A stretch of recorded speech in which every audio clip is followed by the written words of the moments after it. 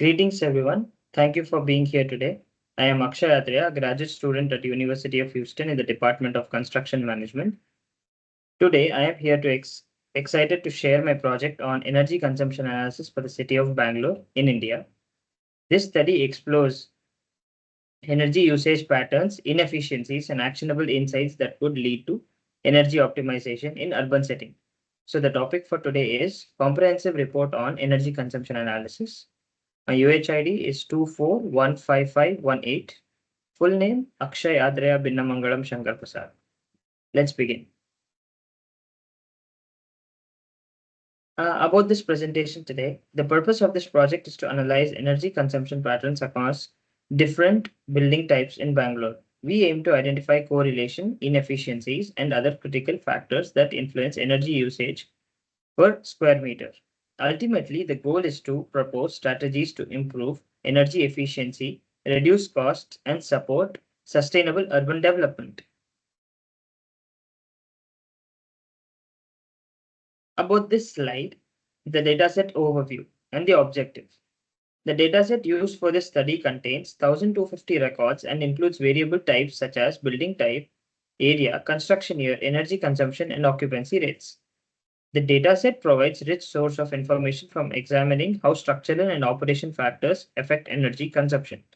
By analyzing these variables, we can uncover actionable insights and that perform practical energy saving solutions.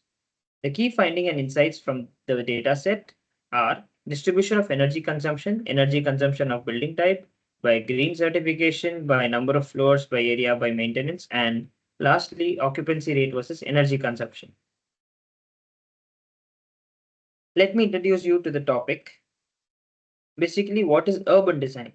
Urban design is a design of towns and cities, streets and spaces. It is also the collaborative and multidisciplinary process of shaping the physical setting of for life, the art of making places. Urban design involves the design of buildings, group of buildings, spaces, landscapes, open areas, and establishes framework that proceeds that will deliver successful development by different people over time.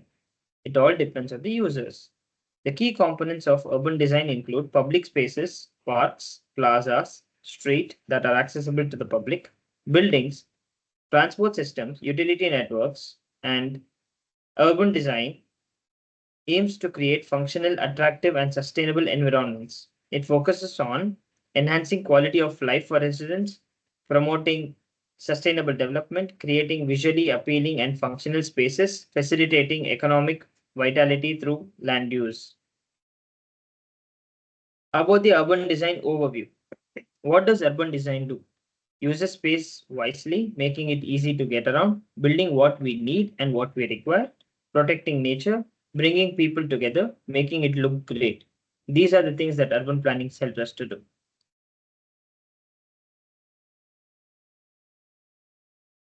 Urban design concentrates on planning of residential areas, industrial areas, public and institutional areas, commercial and open spaces and parks for a city to have life and peace in the community. Why is urban planning important, you ask? Cities without urban planning face numerous challenges such as inadequate infrastructure, traffic congestion, environmental degradation, and social discomfort. Proper planning mitigates these risks by participating future needs and organizing space thoughtfully. Urban planning is essential for creating cities where people can thrive, economic growth, and addressing climate challenges effectively. The place. Introduction to the city of Bangalore. Bangalore, a rapidly growing metropolis, contributes significantly to Karnataka's economy through its booming service sector. However, the city's rapid urbanization has led us to challenges such as water shortages, increased flooding risk, and environmental degradation. These issues highlight the need of sustainable urban planning and infrastructure improvements.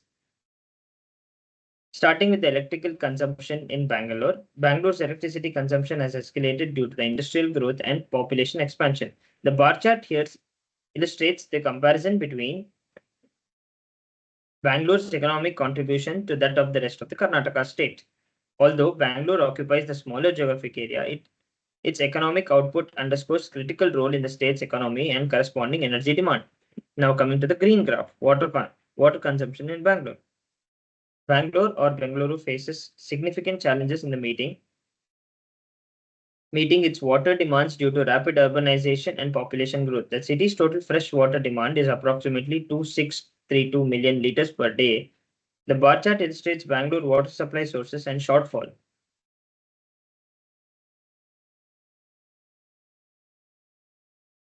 Key findings in the dataset. By data analysis, distribution of energy per square meter. The histogram indicates a steep decline in frequency as energy consumption increases. There are also noticeable secondary peak near 250 square meter, suggests a smaller subset of high energy consumption areas. The blue line in the graph represents a kernel density estimation, that is KDE, providing a smooth curve to visualize overall trend in the data distribution. Second graph in this slide mentions about average energy consumption per building type per square meter. The bar chart illustrates average energy consumption across different building types: residential, institutional, industrial, and commercial. All the buildings show similar average energy consumption levels, hovering around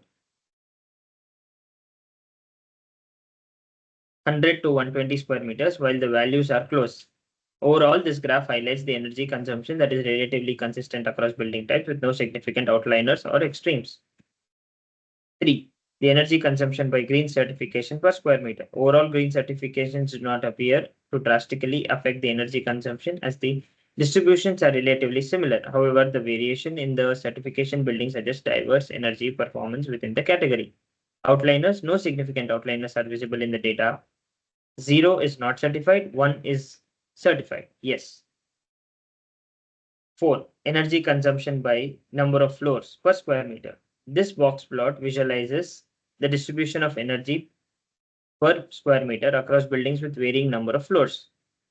Key observation of this graph is energy consumption do not consistently increase or decrease with the number of floors, implying to the other factors such as building design, building age, usage patterns may play a significant role in the energy's performance. 5. Average energy consumption by area square meter. In this graph, we see energy consumption varies slightly, with Hebbal showing the highest average consumption and Koramangala among the lower averages. Most areas have similar energy consumption, clustered around 100 to 120 square meters. The highlights are minor geographical variations in energy usage with overall consistent patterns across the areas. 6. Energy consumption by maintenance per square meter. In this graph, all categories have similar median energy consumption. High maintenance priority shows a highly broader distribution indicating more variability in energy consumption. Medium and low priorities have narrow distribution showing less variation in energy consumption. 7. Occupancy rate versus energy rate consumption in per square meters. There is no clear trend, no strong linear relationship between occupancy rate and energy consumption. This suggests occupancy rate alone does not strongly predict the energy consumption. Summary of insights. Some important takeaways are commercial and industrial buildings are majority energy consumers. Areas like Hebbal and Malleshwaram exhibit higher energy demands, making them prime targets for energy saving initiatives. Green certifications do not always correlate with lower standards using indicates a need of enhanced operational standards. The possible solutions to address these challenges, several solutions are proposed. Focus on high consumption areas through retrofitting and energy audits. Encourage the adoption of smart city management systems to monitor and reduce energy use dynamically. Enhance green certification standards and conduct regular performance audits to ensure operational efficiency. Address the building specific issues. Coming to the conclusion, in this conclusion, energy consumption in Bangalore is influenced by multiple factors such as building type, location, and maintenance needs. Tailored strategies such as retrofitting older buildings, adopting smart technologies, enforcing stricter green certification standards can significantly reduce energy use. A comprehensive and proactive approach is essentially to achieving long-term sustainable and energy efficiency in Bangalore. References. The dataset used for this analysis was meticulously compiled from open government sources, ensuring data integrity and relevance. This slide also includes citations for all the references and data. Thank you. Thank you for your attention and interest in this project. I hope this presentation provides a valuable insight to energy consumption patterns and solutions for urban sustainability. Thank you once again. Have a great day.